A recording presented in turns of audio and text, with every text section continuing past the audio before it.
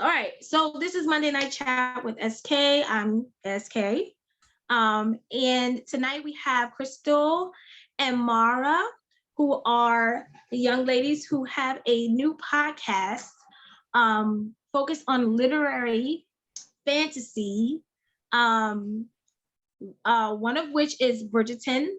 They are tackling conversations about Bridgeton and all the ways that is relatable and all the ways that is interesting, and how just building conversations around it to engage individuals around this particular literary piece of work. This was a book that is now a show. I don't know the network.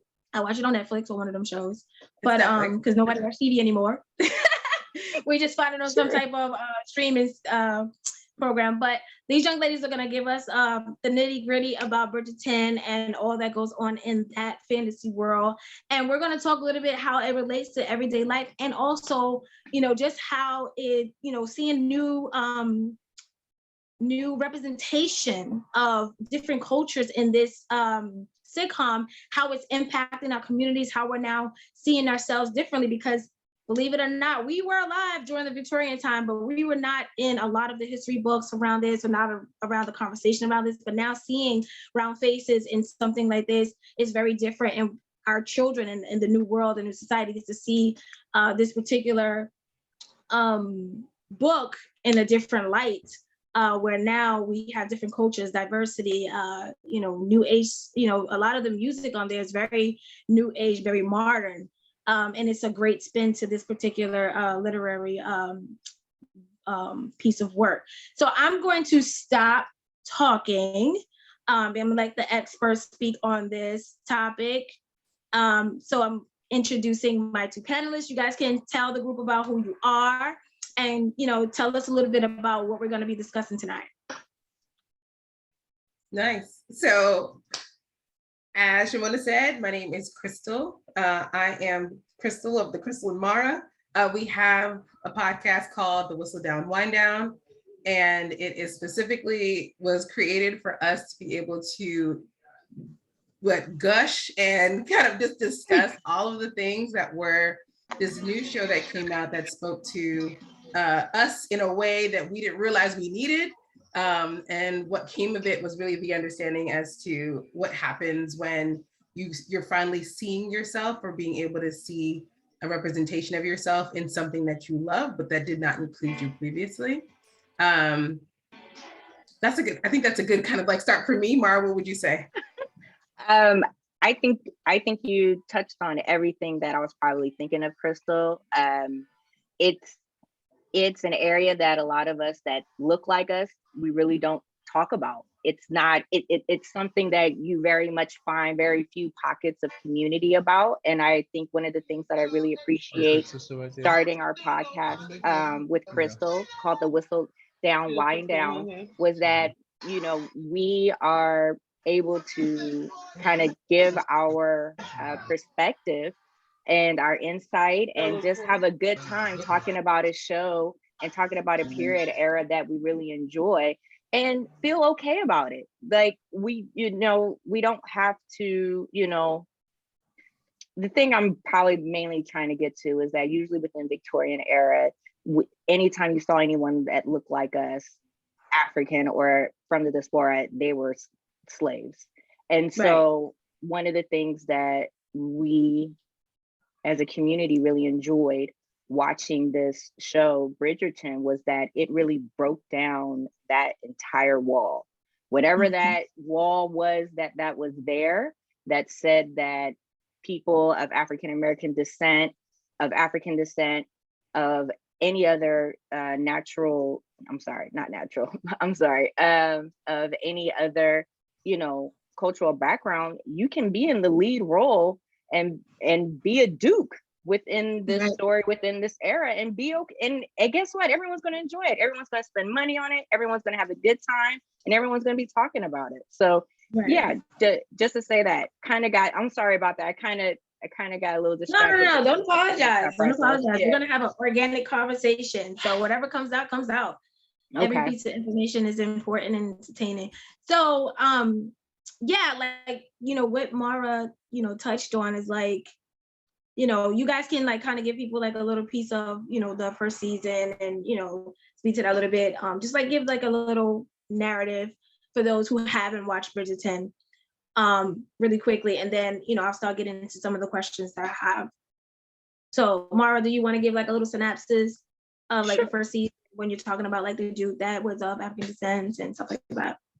Yeah, absolutely. So just to kind of touched on what you had mentioned, Shimona, earlier, which is, so the show is called Bridgerton. It's on Netflix, and it's actually based on 8 books, and they're historical romance novel books. And each book, and of course each show, will be based on a sibling. So season 1 was centered around the oldest daughter of the Bridgerton family. Her name is Daphne, and the Duke, his name is Simon Hastings. And so with their love story, their love story was really a friendship of convenience. And so these two main characters basically got together and created this fake relationship to help Daphne kind of win over some more attention from other potential suitors. And in the meantime, Simon, the Duke, was also able to kind of keep all the mothers at bay, because the mothers during that time were trying to throw their daughters in front of them, because having a Duke, that means you got extra this all over the place. You got extra land. You got, you have a lot of opportunities there. So during season 1, we get to see on kind of what really happens between these two characters, on how they created this plan. And then the plan didn't go as it was supposed to go, because they ended up falling in love. Then one fell in love with the other, and then vice versa. So, I don't want to give away too much, because I want people really to go see. Watch it, right. And then I want them to come back and come listen to our podcast and hear Krystal and I go back and forth about the different things that were going on in the podcast. So yeah, but I mean, for people, for folks that are romantics and they like to see a little bit of spiciness, like I feel like you get a little bit of everything, except it's just based in a Victorian era type setting. Yeah. So Krystal, do you want to give us just a little snap of what the second season is like? Because there's 2 seasons of Bridgerton so far. So 2 books, I'm guessing, have been turned into a show. So Krystal, do you want to lead us into like what is kind of like the basis of the second season? Yep. So season 2, we're looking at the first child. So the first son, this is the one that he's the heir to it all. So he's responsible for all of his 7 siblings and his mother. Then we find what it looks like for the Viscount, which is essentially the most eligible bachelor in their part of London, to find a wife. And I think the other significant piece of this is, one, the continuation of this love story, in essence, of the Bridgerton family and what they're trying to, what they're going up against in this marriage market. But at the same time, we also are introduced to a new family, which is the Sheffield family, or Sheffield Sharma family. And they're coming from India. And so the exciting part about this season was not just seeing them go through the process of like finding love in this new way, because they are very different. Daphne as a Bridgerton is very different than her brother Anthony.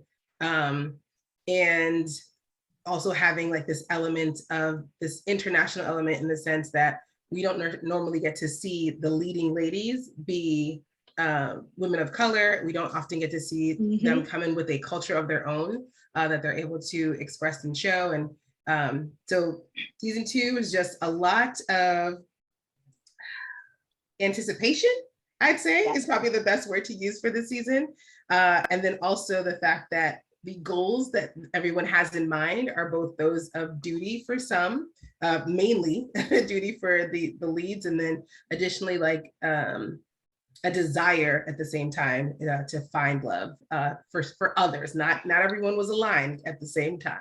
And the biggest piece that comes up, and this is something that I found in watching the show, was what happens when there's one man for two women, and I didn't see it coming, but it came, and it was it an felt so interesting normal way to see it. Double trouble, yeah. Yeah, so we're gonna get into it. I'm getting excited. So Yeah, so for both, for those of you that haven't seen it, please go see it. But if you have seen it, so just to kind of like get us into, let's all like imagine ourselves watching this right now, right? And if you've seen it, you see a couple of things unfold that we see every day, right? So let's just take a look at the first season, where we're talking about an eligible bachelor who's not necessarily interested in commitment, and a woman of coming of age who now is on the forefront on the stage to find a husband quickly, who is of substance, who has value, who has money. And she has to use, what they've always tell us women to use. We don't necessarily have to be too smart, but we have to use our domestic abilities and our looks. And we see this all the time. So to see this played out in this way, in this creative way, if you're not paying attention, you'll miss it, but it's there. So what are some other things? Because we talked about that. What are some other things you guys see like playing out that are within this show, and you're watching and you're seeing it, but it's actually in real life stuff that's like playing out in the everyday society? So can I take that one? Sure. Go for it. Okay, so this actually is interesting in both season 1 and season 2. So in season 1, obviously we only have Daphne to compare to. We don't really have the other young ladies of the market. We kind of see, they give us an introduction to what the spinster would be and how you don't want to be that. And so we did have a conversation in our last episode that we taped on Friday, just about what the definition of a spinster and what that looks like in today's age, and whether that the rules still apply. But the other piece was that young ladies that were considered the diamond have a certain quality about them. So they're not only beautiful, but they also have a mind of their own. And they're able to be amiable to their partners because in many ways they have comfort in who they are. And you kind of essentially saw that in different ways for both season 1 and season 2, but that was one of the big pieces of the element to a diamond, was that she was certain and sure-footed in what her role would be and how she's supposed to like move about the world.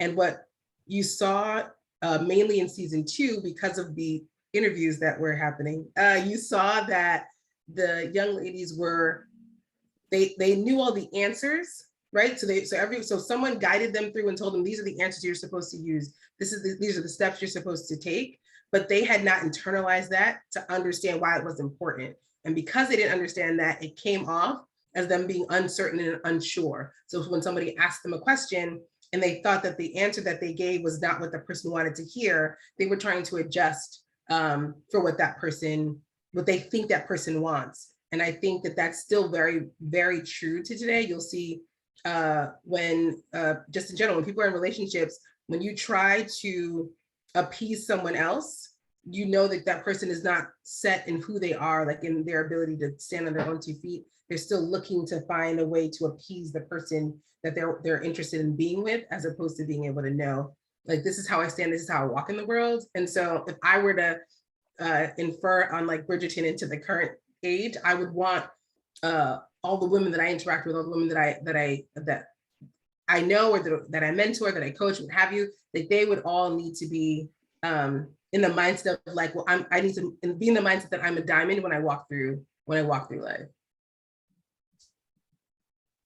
Awesome. I like that. So Mara, is there anything that kind of like jumps out at you that, as you're watching it, you're like, wait a minute, this is playing out in our society? No, absolutely. And since Krystal touched on season 2, I'll go ahead and backtrack to season 1.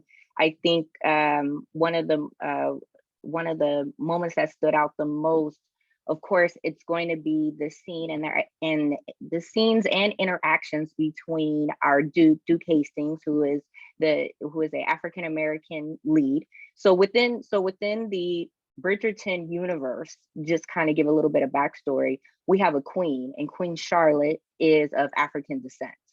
And so during this Victorian era universe, those that are of African American or those of African descent have actually raised to the middle upper class society. So they are on the same level playing field as their European counterparts. So Duke Hastings has inherited a dukedom from his father.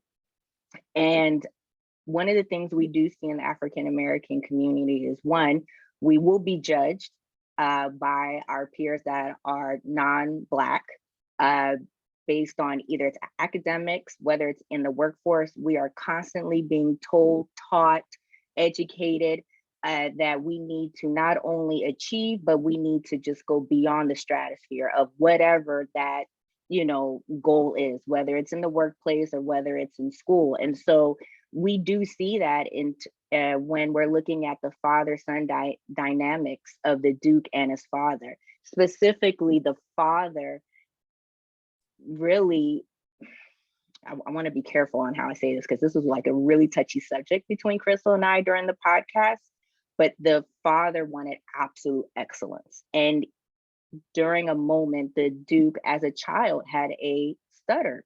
He had a speech impediment.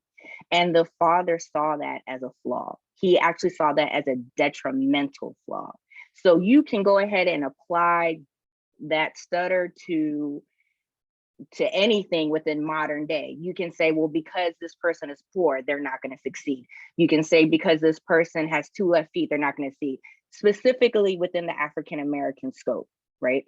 So already, you know, the father is already pegging his son down, saying that his son will not meet these expectations. But we find out through the Duke stories, not only did he not allow his speech impediment to stop him from participating in school activities. I mean, this man went on to university. He excelled in horseback riding. You know, there's more stuff in the book that kind of gives a backstory. But basically, he exceeded to become this well-rounded individual. And he used his father's disappointment or disapproval in him as his motivation to succeed. I see that a lot within our African American community, that there are times when we are younger that we have had haters, we've had doubters, and we've used that and just flipped it on its head and used it as a motivator to move towards that goal that we are working towards. So that was one of the examples that kind of really stood out for me, and because I saw it within my own brother and within my own father and brother. Both of them individually as Black men have used information from doubters and haters to be their motivator to strive. So those were some of the things that I, took from season 1. Okay. Like in connection with the Duke again, I know we're spending a lot of time with him because he's so fine. I'm sorry. That wasn't what we were talking about. I know. I'm sorry. I'm probably going back to him for that reason too. Yeah, but I do see how, even though he used his father's hate or his father's discomfort with who he was and his flaws, it also affected him. Like if you see like flashbacks that he had in some of the seasons, where you can tell it created some type of emotional damage in him, where he felt like he proved like the academia or the socialite part of it, but emotionally he was scarred. Like he didn't feel like he deserved the love of a woman or some type of commitment or some type of high title in society. He just wanted to prove to his dad he could do it, and he's just going to go about his way and hide in the shadows. Because you see, like I said, it plays out when he's like sleeping with the woman, and just having, I don't know how he felt about her, but I felt like it was loveless sexual relations. Like there was no connection, and I felt like that came from the lack of love and connection that his father, stole. Like his father, stole love and deprived him of it. Literally Yeah, so deprived he's them like, from it. I Yes. don't even want it at this point because I can't trust it. I can't trust love. Yes. I can't trust commitment. I Yes. can't trust this emotional feeling that I have because the person that I had this natural emotional connection to disappointed me. So I saw that play out in the flashbacks he had about his dad. But the other thing, because we were talking about a lot of the main characters, the younger sister of Daphne and the older brother, that is like adamant Eloise? that she's not with the Eloise. program. She's like, She's I'm not not with the with program. it. Yes. Like, she's not with it. And I find myself to be her, like when I saw her story play out, like even when in the second season, it was her turn to be, up for becoming the diamond. She was just like not having it. She was even awkward in the setting. Like I kind of related to her, like, yeah, leave her alone. She don't want to conform to that way of life. Leave her alone. She don't have to get a husband. She could just be her and date who she want to date, do her. Because she did start liking, I'm telling some stuff, but she did start liking the newspaper boy, was it? The printer boy a little bit. So Yep. I feel that she had the ability to want to suit her, but he was not in her class. So, it was like she would have had to hide that relationship or couldn't openly be with him. So like I felt like even though she wasn't like the main character in a lot of things, her story is very, very relatable in today's society, because there are a lot of Eloises in the world who are being shunned for not wanting that way of life or that structure or the norm of what status and relationships and who you should connect with and how you should connect with them. And I also like the fact that she was just like, I don't want to twirl around in a pretty dress for you to judge and say if I'm good enough or not. Yes, absolutely. Absolutely. And then the other girls that that are in the shadows, the other women in the community, the little haters in the background, who are like checking to see who's gonna be the diamond and knowing they have no chance in heck because they've seen the script, but they're still shooting their shot. They are. And they have to, and in many ways they're like, I think one very evident thing about the folks that are in the back scene that we don't get to see, that we don't see as much, is the fact that when someone is eligible, two things happen on both sides. So for the men, once the Viscount indicated that he was like he's in the market, the mothers are the ones that are like, move. Like everyone knows, like we can't waste time. And so like they are collectively going to do this work. And then the same goes as when the diamond has been identified, then all the men immediately step forward to put their name down and say like, I need a chance here. I need an opportunity to be your match. And I think the biggest difference is that at the time that we're talking about, right, so the early 1800s, marriage was only a business proposition. Yeah. There was no requirement. It was a transaction. It was a transaction. There was no requirement that there would be any love involved. The best that you could hope for as a young woman was that you were going to get someone that would take care of you and take care of your family. And also that they would not disrespect you openly, right? So they would be discreet enough, because in many cases, many men had mistresses or whatever the scenarios were, but it wasn't, the expectation was not that you were going to marry someone for love. You were going, if that happened, it was like 1 in 100, maybe 1 in a million. Like it wasn't guaranteed. But going back to Eloise, poor thing, Eloise has a mind of the future, in essence. Like she's not thinking in this structured format where everything needs to be in this way. And I think she's a like 180-degree turn to her sister, who came into this like, oh, okay, everything her mom said she was with, she's like, okay, how do I do this in the best way possible? And so Eloise does represent the girls who are just like, I don't want to conform, but also I don't see another way out. I don't see an opportunity for me to do something different.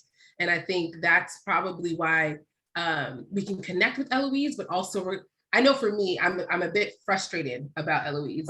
This in season 2, we didn't get into it, Mara. We're supposed to get to it next week.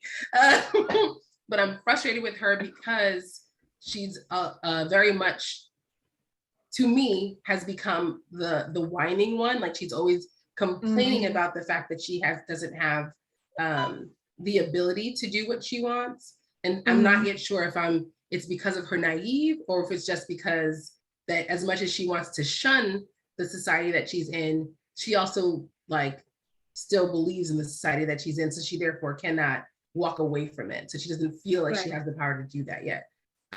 Yeah. I think she, like, to me, I think, she is trying to procrastinate the process as long as possible, but she has like, I just love her character. I'm sorry, I'm trying to find fault in her in some way, but but she just, to me is like, from the first season into the second season, she showed this dismay for this particular process. Like, it's like she likes the pretty dresses that she gets to wear, and the, living in the home that she gets to live in, and the status that she actually has. But like, she wants to weave out what works for her and what doesn't about the society.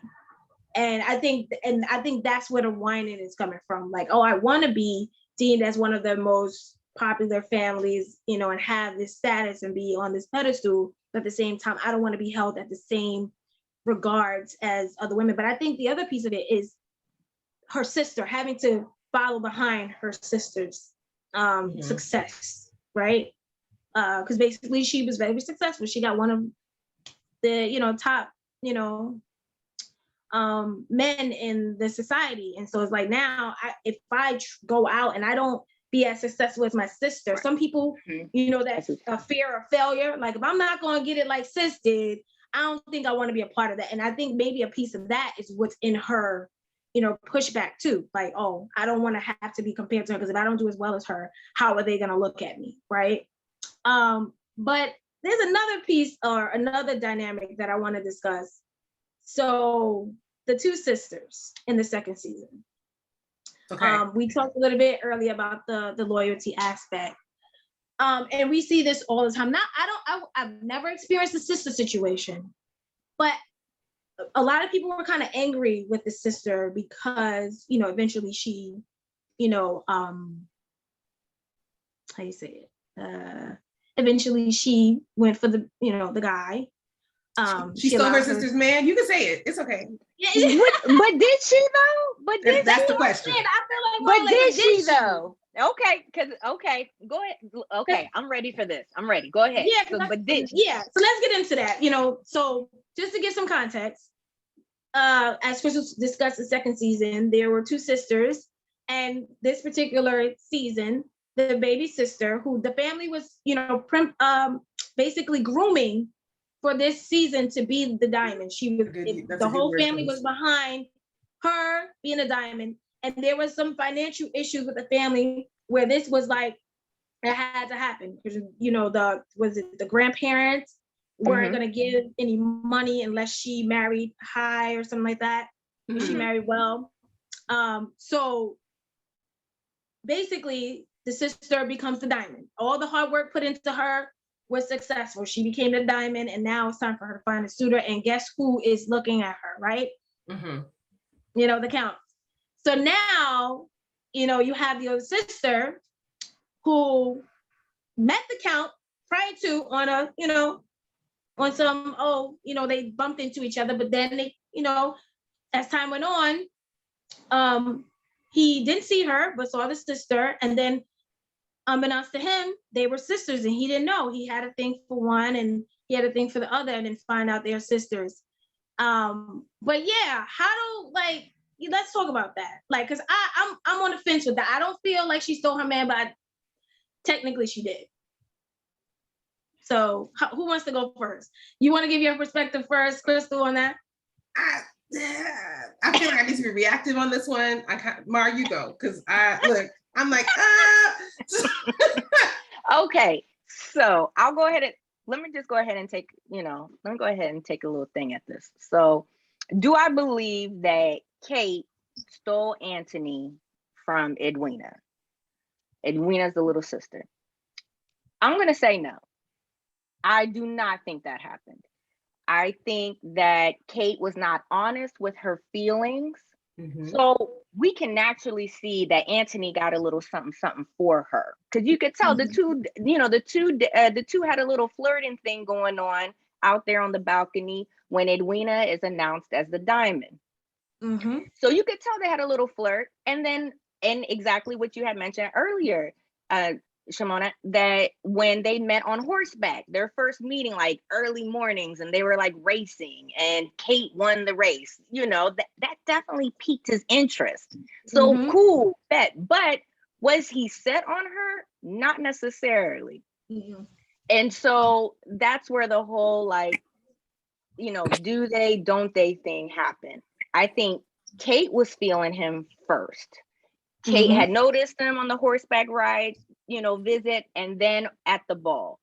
And I see that, Kate was definitely feeling him. But the thing is when her sister, Edwina, becomes like, Anthony's the one, I want him. Kate's like, all right, fine. I'll just back off and keep my feelings to myself. It reminds me of a Mariah Carey song. I can't remember what it is, but it absolutely fits this situation where, the girl, the main girl is just kind of like, you know what, I'll just step back and just be your friend, because I see that, this other girl and you, have a situation going on. I swear, it's a Mariah Carey song. I'll think of it as soon as we're done. But, I really do think Kate was not honest. I think if Kate would have stepped up and had a conversation, communicated, said something to him, but see, her pride, her ego stepped in. And not to say that that's something that is bad for women to have, absolutely not. However, though, like you said earlier, Kate and Edwina, Kate was on a mission to help get her sister married so that the family could be financially better off.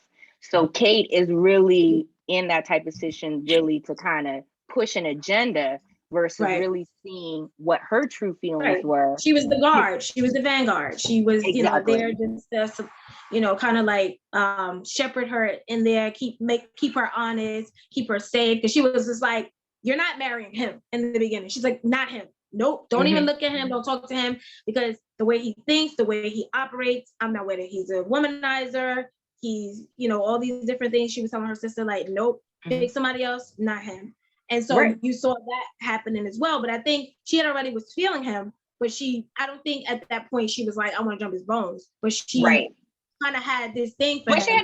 Instead of her saying, don't talk to him because I think I got a little thing for him. Like you said, pride came in, and then she wasn't even sure what was going on with her. She was like, why am I even checking for this dude? But she got jealous when she saw them, together. Right. So she did start getting absolutely. Yeah. She did start getting jealous. Yeah. And that's what made things complex. Yep. Okay. So Krystal, what's your take? You got your emotions together? We don't want to fight. We want to get your point of view. I agree. I don't think that she stole his man. I don't think that's what it was. I think in two ways, man, everybody's wrong. So I think one, like you said, Kate was not being honest with how she felt. I think, like we started talking about this a little bit before about duty and the fact that she was so focused on her duty, she kept pushing her feelings back, so she was never acknowledging it. So when you said like she didn't know, like she's realizing like I feel some type of way about this and not acknowledging why she feels some type of way about it. So in many ways, she's trying to prevent her sister in the beginning because she just thought that this person was not going to give her sister the love that she deserved. That was the first issue. Right, but then later on, it became more so like, I don't think this is like, in other words, you can't do this because there's something with us. Like, that's what it became later on. But in the beginning, it was just the fact that I needed you two of you, like, he's not going to give you what you deserve. And also, she was thinking like, he's not worthy of my sister. So it was her pushing was really positive in the beginning. I think her sister was very much just going about it, like doing what everybody else told her to do. So at the end of the day, like if I'm on the market and everybody, you are all telling me that this man is number one in choices, who am I supposed to go for? Right. And so that's who she's going to go for. The reality is, and I heard the statistic that said for men and women that a man will know that like he's, what is it? I'm gonna get the statistic wrong. A man will know after like 3 dates if he wants to be with a woman, like if that's like that it's something real for him. And then for a woman it'll take 14, and it's only because we're trying to figure stuff out. But like, so a man like and so like so at the same time we'll still like, we can fall in love quickly. So a woman can fall in love very quickly, but she won't agree to it until later. The man will know sooner but won't acknowledge it until later. So we can kind of do the flip-flop. We're doing in love stuff but not saying it. Correct. Like, true. Where you at? I want to go on. I'll find the proper statistic though. You know, you thinking about his birthday. You know, what I'm gonna do for his birthday? His favorite color is, you know, and stuff like that. I'm guilty. I go all out for birthdays. I be making people feel like, you know, especially like the men I date. I would think, you know, I do weird stuff. Like this one time, for someone's birthday, I sent them a gift every day for 7 days up until their birthday. Almost like 7 days of Christmas or some 12 days of Christmas type of thing.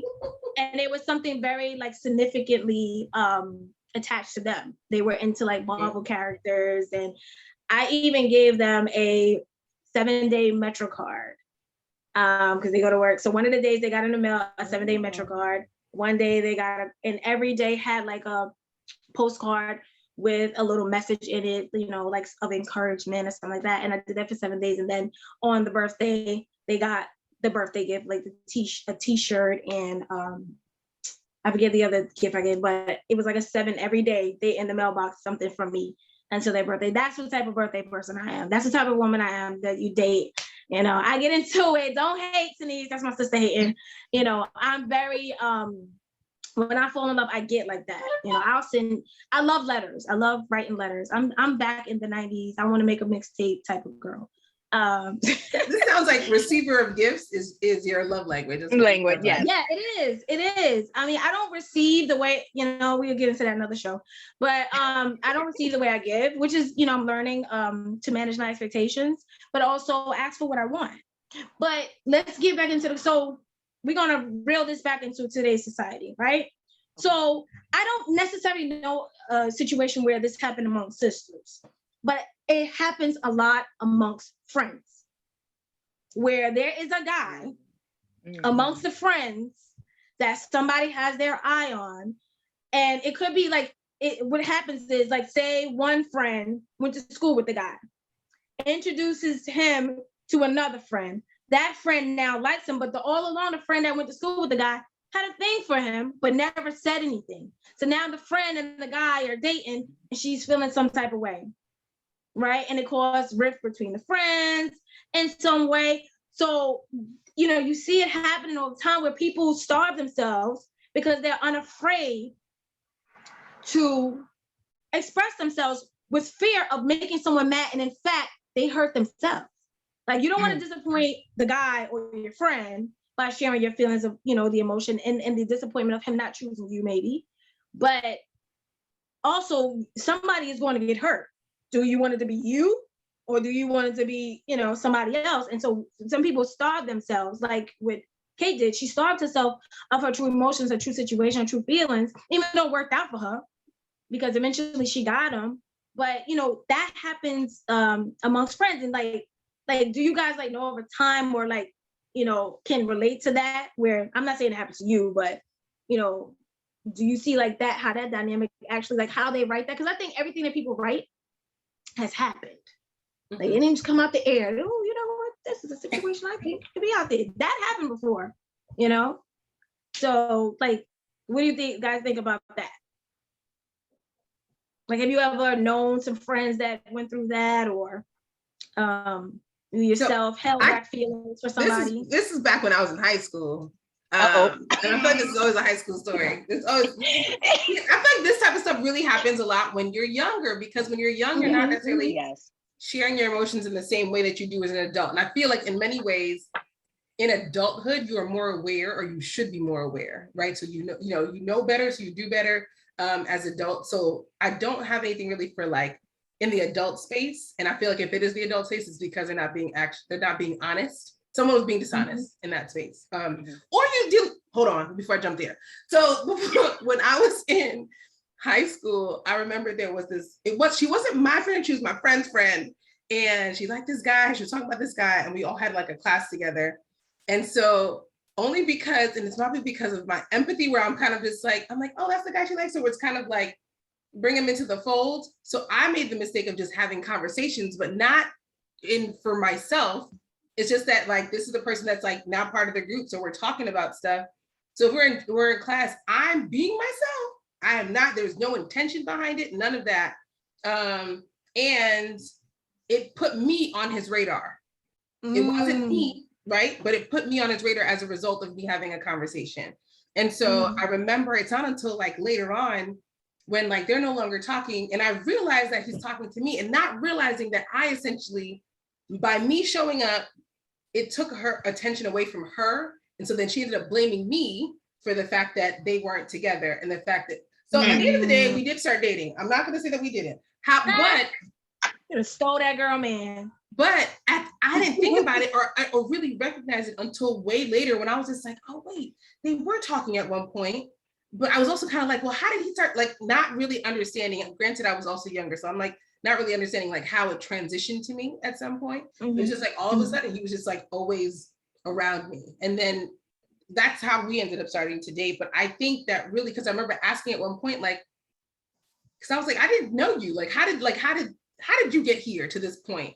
And it was really because he said, you made a comment to me. Like, it was very much like the Kate and Anthony, where I made a smart remark. Like, I don't know what it was, something, but the smart remark got his attention. And that was the reason why, like, now it was different, right? So now it's like, now I'm noticed now, and now there's a different intention for him, at least in our conversations, even though there wasn't necessarily one for me. So some of it was just recognizing like what is happening, but at the time I didn't realize it until it was like past the time we already gotten to know each other as friends, and so it was a little bit different. But I think a lot of it in like adulthood, what I was gonna say is that, one, if you know better, do better. So you should already kind of know you need to be honest. And then sometimes you just got dirty dog people that you should have cut off a long time ago, and you just didn't realize it until that moment. And I can say that there have been instances where someone has experienced, this wasn't me, this was this is a friend of a friend, and she was exhibiting questionable behavior in like so people weren't together, but it was kind of like just the way that she kind of like approached situations, or even the way that she would talk to people. If someone was already having a conversation with someone, it always felt like she was always the one that would go directly to the person that was now part of the conversation. So that became a thing where, as an adult, even back then, me and a couple other people, we were just like, that's not your friend, right? So kind of like, that was like us throwing up a red flag to be like, hey, watch your friend. Like, that's not like, I don't like the way she's moving, like keep an eye on her. But it was also like, recognize who your friends are and know who your people are. Because at the end of the day, like, even if y'all want to stay friends, she should not have your man's number ever. I don't care what. Right. Oh, girl, we can have a whole segment on that one. Wow. You know you opened up something with that statement. Absolutely. But that speaks to the idea of boundaries. And we're getting to the space where we learned some stuff over the years. I mean, we had to go do a lot of weird stuff to get to the space where we make better decisions. But in context to that, right? So now we don't have friends, we have two sisters. They eventually, once Kate came clean, once Kate came clean, they were able to forgive, right? There was a forgiving, because when Kate had the accident, and her sister was very, very, worried about her her sister's health, she kind of like was like, oh, look, whatever, right? I don't want to focus on that right now. I was mad at my sister, but look, now my sister's hurt. I don't need to focus on that man right now. I need to focus on my sister. But then she kind of like had to like, because she saw her looking on as he came and was very like concerned about her sister. You know, came to see about her, came check on her. He clearly looked disheveled. But then at some point, someone had mentioned something that was going on and he stayed away. Was it his mom? Like who? I remember him staying away because I think he felt like he was, you know, ruining her life or doing something to her. Because she was running away from him. Running away from him when she got hurt. Yes. Like a telenovela, right? Or, oh, absolutely. Let me tell you, love it. Yeah, she was gone. And so, but the sister saw like, wait, hold up.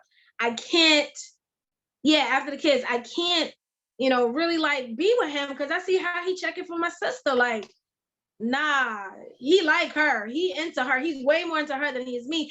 And, you know, I'm going to just put it out there. You know, we're at 9:04. Let me just say that we're at 9:04. We did start late, so I'm going to give it to 9:15. But I just want to say this. In all honesty, the sister looked like a little girl. Well, she was. She looked like him compared to, and looked kind of suspect. I didn't really like that dynamic. She looked like a baby. And so it didn't really I couldn't imagine them being together. I was just like, what? Ew, no. It didn't look right. It looked like a 12-year-old and a 20-year-old. Like, well, okay. Sitting in the time frame of the show for perspective, she would have been, I believe, 17 in the story, and he was 29. So but that was something that was not unreasonable for that time, in those times, right? So I'm looking from my modern day eyes, correct, at this. Yes. But it's just, you know, she looked like a baby, like a little child. You know, even the way she speak, you know, her dresses was even little. Her standing next to the sister, she was little. It was just like, wait, no, I don't even know how and she was very poised. She was very intelligent. You could tell she was book smart. You could tell she was just like very, like, she was born to be this, right? And you can tell she was groomed into the person she was, but it was just like, no. So that was a part of me that was just like, I couldn't get with that piece. But the chemistry for Kate and him was like, even when they argued, you saw like he just wanted to grab her, like after a heated argument, he just wanted to grab her, just like, girl, you know, it's like, and it was just like, I was getting hot. Oh yeah, argue. You know, so it's the anticipation, the build up to that. Absolutely. I didn't get that from the little sister. It looked like he was talking to one of his little sisters. And like, how was your day? How was school? How are you doing? You know, did you meet new friends? You know, it didn't seem like love and lust. But the sister and him, it was like when they finally got to do that, I was all in. I was like, I was shocked that I was watching this on a television. I was like, what? Okay, we being realistic here. I know that's right, because homeboy was, I wanted to switch places with her. It was just different. So that piece, that, you know, just looking at her and looking at him, the optics didn't work for me. For them to court. So I'm glad there was a storyline where he did not participate in that. So kudos to them for, you know. She's like, thank God. One of the things you said was that like Kate she finally told her sister, and the reality is that she never did. It wasn't until after everything broke down that her sister finally acknowledged it. But the reality is her sister had to figure it out for herself, and she saw it. She saw the baby sister, like bringing the little one. I think for me, and I know Mara, we're going to end up getting into this more while we're taping the rest of season 2. But the biggest thing was like her having to grow up throughout the season, right? Even though they were poisoning her and getting her prepared for a marriage, she is not at all prepared for like adulthood. She's still growing into that role. And so we see her in the beginning, everything that she's been groomed to do, like she's been prepared for this, preparing for this moment her whole life. And so she's still like waiting for like confirmation. She's always kind of like double checking with her sister. And it's not until really at that moment for me, I feel, is when she finally clicks into like making up her own mind, choosing for herself. Like you start seeing it in a little bit before then, but like she's finally saying like, no, this is what I'm doing. This is the decision that I'm making, and having to do that without anybody else's opinion or approval or anyone else's like input. She finally had to take that on for herself. And so I think in her situation, her transition into womanhood in that sense was very dramatic and abrupt. But I think for everyone else, like if we think about like what it looks like for us in like this modern time, like there is always that moment of transition for everyone where they like go from that youthful mindset and kind of like looking for approval or understanding or whatever it is into a moment of like not looking for any of that outside of yourself, and being able to see that within yourself and being comfortable in that space where like you sit better, because it's like I'm not worried about what's happening. I don't think she would have handled it. I see her at months in like really emotionally breaking down from the expectation and just like, you know, feeling this sense of like devalue, because now she has minimized herself to be belonging to someone, not so much belonging in herself. And I think that's the piece that people forget in life, is that when our parents and societies are pushing us into relationships, we want to connect into a relationship with someone else before we even had a relationship with ourselves. And that's why they end up the way they end up, because now I know more about you than I know about myself. Absolutely. Right? And then I'm trying to tell you to read my mind and figure out who I am, so you can tell me and treat me the way you think I am. So it's like, wait, it don't even make sense when I'm saying it, because that's what it feels like in relationships. You don't even know who you are. You're connected to someone, y'all making a union to build something together, and everybody just confused. And so then that's where you have these dynamics in relationships where people are just emotionally sick because they didn't do the grunt work. Because you turn 18, it's like the world is putting, you better learn how to work. You better learn how to do your taxes. You better learn how to do this. You better learn how, like, I just was 17 a couple of days ago. How do I now have all this responsibility in life? You know, and it's quick. You know, as a mom, you know, they hit me with it and I was like, wait, hold on, that's still my baby. What you mean I can't make a doctor's appointment for him? You know, what are you talking about? 18, what? He don't even know his doctor's name. What are you talking about? You know, just like, you know, so I get that, Krystal. It's like I don't see her being ready. But, you know, the other piece, you know, and you know, I know I'm a jokester, but the other piece that just got me just like, wow, I was looking at so many women's lives played out on this screen. That walk of shame Kate had to do the next day after her and the count, you know, did their little rendezvous outside. Now she bold, because a lot of women don't get to the outside until they're in their 30s, 40s or whatever, if they ever. This is like an outside romantic rendezvous that they have. And she does the walk of shame the next day, so much so that she's like, I gotta go. I'm leaving everything behind. I'm gone. Like, you know, what does that pressure, like, why? You know, why do we have that pressure of like, you follow your heart, or you follow your desire, or you just follow your sexual prowess.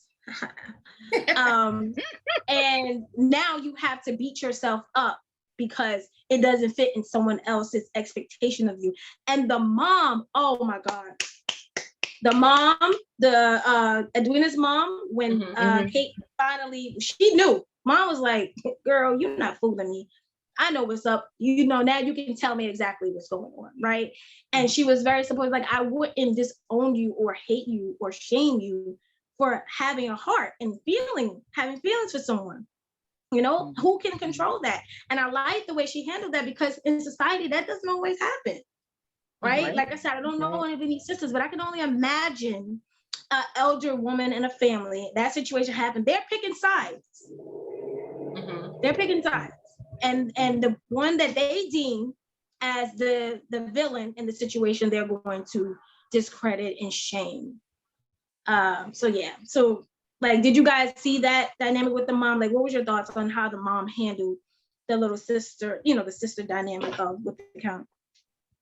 So specifically, we're talking about the scene where Kate, after she has her little tryst with Anthony in the gardens of the, what is it, the Bridgeton home. Don't worry, y'all. This ain't the backyard. But to be clear, this is acreage. Beautiful laid out area. So absolutely, Kate went home feeling that sense of society shame. But I think with Kate also, she was soft. She allowed someone else into her space. She allowed to be gentle. She allowed herself to embrace these feelings that she had been suppressing all this time. Through every back and forth banter between her and Anthony all the time, she really just allowed herself just to go, to kind of just go with the flow. Remember, we talked about in the beginning of this, we always talked about duty, right?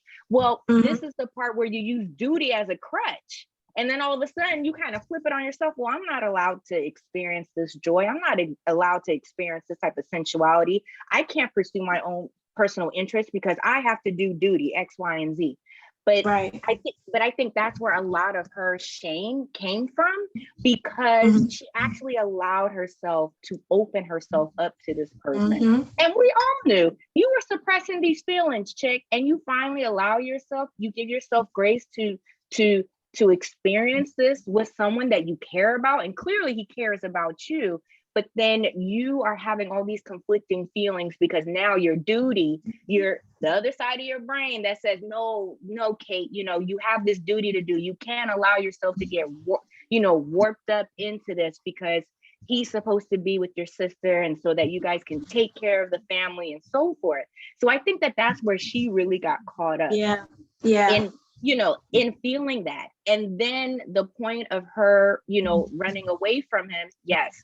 She's doing what we all do. We run away from our problems, or we run away from what we perceive as a problem, or what we perceive as a weakness, because now he's become a weakness to her from her idea of pursuing her duties. And so that's why she's trying to run away also from him during that big epic rain scene of her riding, gallivanting. Yes. I was covering my eyes. That's how dope it was. I was like, whoa. I was, oh. But the other piece, and you alluded to it, we are 916. But the other piece of that, and you're right, the other piece of that is her issue with him. Like, they had some form of competition. So now it feels like she submitted to him, right? Because she let him see her. Right. Before, I'm a part of you. I'm you are tenderness. Not in my caliber of man. You do not meet the standard of who I will, And once she now submitted to him, there was like, this girl had so many battles after, it was like, dang, my sister, myself, had like so many battles, so many things. And I can imagine that's why she ran. But who you running from? All of that's going with you, boo-boo. All of it going with you. And that's what we forget, that we can move to another state, or we can break up with a person, or we can stop going to social events where we have mutual friends with our exes.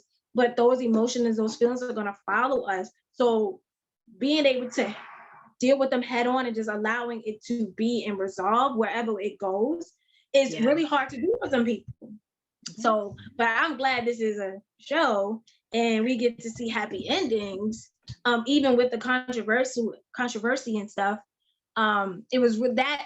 I think season 2 had me more like, ooh, than season 1. I was like, I think me and my daughter sat on the couch for hours, like, next scene, next episode. So, question: the second season is already done. Yes. Yes. Season's done. It's already done. Mhm, Okay. mhm. All right. The second season already done. All right. So do you guys have any like last comments, anything else that, that we haven't touched on that you think is something, that we can, maybe talk about or whatever before we go? For me, Yes. it would be, Yeah. sorry, Mara. I would say that for me, it would be we didn't talk about it much, but I like that you brought in Kate's mom, Mary. It's the fact that the mothers in this story are consistent. Like every time we talk, we love talking about Mama Bridgerton. We love talking about Lady Danbury. And even Lady Featherington, specifically in Ooh, season yes. 2. We didn't get to talk about her. That's my girl. Yeah. Look, I am a Lady Featherington fan. Go ahead.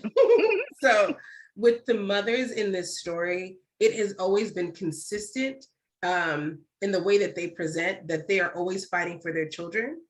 And I think the biggest thing that I've enjoyed watching is also like the knowing and the wisdom that they have just from having experienced life, right? So they've been mothers, they've been wives, they've gone through this as in their youth. And also they know the reasons why they do what they do, right? There's a reason why Mama Bridgerton is seeking for her children to find love in their relationships and not just a transaction based on her experience. There's a reason why Lady Featherington, who, even though we don't really get her backstory, the expectation is that she's new money. The reason why she fights so hard to be accepted is because she never had the acceptance, and she's trying to force the acceptance of herself and her family on a regular basis. And she also is trying not to be poor. Then, right, and then you have Lady Danbury, who is, as a Black woman, because the way that they have her set up in the show and the way that she presents, and probably why she's one of my favorites in the show, as well as just the fact that she, as she said in season 1, she had to fashion herself in a way to battle in this world that she lived in, where she had to be like doubly smart, doubly witty and cunning. She dressed the part, but she showed up in a way that people feared her. But also that also meant they're not going to play with her. Nobody messes with Lady Danbury, and she made certain that she would make that truthful, right? Make that true. But then also in season 2, when she talks to Kate, she talks about how she's lived her life, and because of the way that she's lived her life, she's now able to do what she wants in this time. And so I just wanted to shout out like the moms and the fact that like those things or those elements that we see, I feel like you still see them in today's age. On like when you see different mothers, you see different relationships with families, moms are always going to ride for their babies. And even in the instances where people don't have great relationships with their mothers, in many ways, there's usually a figure in their life that is showing them a version of motherhood, of loving, of like that support that is like unmatched. And I think that's something that I take as like a consistency through the years. Awesome. No, absolutely. And Krystal, within our podcast, you'll know Krystal's the one that comes with all the great cuts. So I usually just try and compliment anything that she shares. But I will add this: the Mariah Carey song that I was thinking of, because I was researching it, was "Always Be My Baby." That's the one that I kind of relate to when there's always like a love triangle. I don't know why, but that song always comes up. So, if you are that 90s back in grade school, high school, that's what it was. But kind of just to really piggyback off of what Krystal was talking about, this show was created by a woman. The writers are women. The main cast of characters are women. We have women from different various backgrounds, ethnicities, and cultures. This show is about women. Even though it is set in a Victorian era that's dominated by men, we see how women move from every classism, whether they are the lady's maid, whether they are Lady Whistledown herself, who within that era is a writer. And she's a modern day blogger. She's a modern day celebrity socialite blogger, right? And we have the upper class, we have the lower class, and then we have the sisterhood that is created through all of these classes. So that's something that I absolutely commend. And I love the creative writing liberty that the showrunner and the writers of the show do. And I'm just looking forward to, just kind of seeing what they do for like each storyline. So, with all that being said, I'm definitely hyped for season 3. Yeah, I'm excited too now. I told Mara in the beginning, I'm not a fan, but clearly I know a lot. So I have to start look, caught me off guard because she said, well, now because at first you were like, well, I kind of saw a little bit of it. I was like, oh, okay, then so let me make sure I kind of walk it in. Next thing I know, I'm like, well, wait a minute. Well, why don't we sit down and have coffee and talk about this? You need to come on to our podcast and talk about this show because you were dropping some gems. I was just like, okay, yes, please come on to our podcast. Yeah, because I was even when because I kind of like, it was like how I watched it was like my daughter's into it. She's like, I'm about to watch Bridgeton.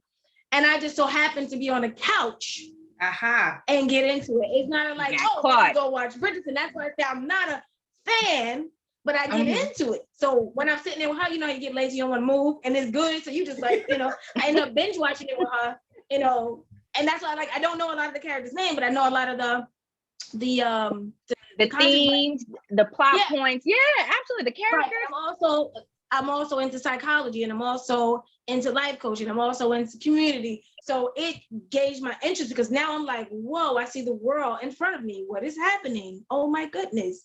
They are putting the world on TV and trying to hide it within this story. I see it. But we're gonna wrap up. I want you guys to introduce again your podcast. So those who want to join, do you have a link or something, or do you want to? You could put in the chat box. Mar, do you want to give a little spiel? I'll find the link and drop it in the chat.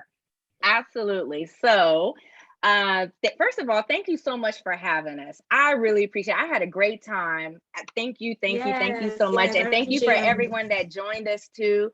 Krystal and I, we have a podcast called The Whistle Down, Wind Down. It is currently available at anywhere where you get your podcast, Apple Music, Spotify, anywhere that you grab it. We are in season 2. We are doing live YouTube recordings of our podcast weekly. We are on hiatus this Friday, but we will be back in it next Friday, talking about episode 4. But right now, first 3 episodes of our podcast are up right now on YouTube, and we're doing season 2 right now. And Krystal and I, we talk about season 1. In fact, there's like an ongoing joke about season 1. We're working on it, and it will see the light of day. But right now, we're focusing on season 2. We're having a great time. You can also find us on Twitter at Krystal and Mara. And please like, subscribe, comment, share with your fellow Bridgerton fans. We would love to hear everyone's input, especially to have this type of community conversation like this. We thrive on it. We would really appreciate it. Love it. Awesome. I would love to have you guys in an in-person one day when I start doing more in-person. We like those. Channels like this. I know Mara is on the other side of the world, but we're gonna get her over here with us. I'm gonna be back east. Where are you located? So I'm actually in I'm actually in sunny California. I live in Northern California. I live in an area called Sacramento. It's about an hour outside of San Francisco. I live in California state capital, Sacramento, California. Awesome. So we have Mara here from the other side. She's like what, an hour ahead of us or behind us? 3 hour ahead? 3 hours behind. Oh. I'm 3 hours behind. 3 hours behind. Oh, so we're gonna let you go ahead and we need to go to bed. You guys. I'm still up. Yeah, we're the ones that gotta go to bed. But it was a pleasure. It was a pleasure doing this podcast with you ladies. Again, make sure you guys log on Fridays to Krystal and Mara's podcast about the Bridgerton novels. And I'm actually going to read the books. I have them in my shopping cart to read them because I'm a reader too. I love to read. But I'm also kind of scared because, sometimes when you see it on film and then read, you kind of have this weird feeling. I don't know. I don't like it. I like it the read and then see it thing, but we'll see how it works out. But again, thank you guys so much for joining. It was a pleasure. And thank all of my supporters for coming on and listening to our conversation tonight. You guys are awesome. Again, this podcast is recorded and will be on my YouTube channel, Shimona Kirkland. There's nothing, fancy, just Shimona Kirkland. Just go ahead and look me up, Google me, and you will find it. But I want to say good night, and this was so much fun. I totally appreciate it. The Windsor down, wind down. Whistle down. Whistle down, wind down. Whittletown wind down. So make sure you guys log on to that. I'm going to log on. I work usually when they're doing that, so I'm gonna try to, get in there one Friday. When I'm not working. Catch it anytime. Catch it anytime. We do our sessions on Fridays, and it's up and ready to go. So see us on Saturday. See us on Sunday. Have fun with us on the weekend. I want to be in the mix. I want to be live. Yes. It's been wonderful. With great conversation. Appreciate you, ladies. And that's all for Monday Night Chat with SK. Thank you guys and have a great night. Thank you.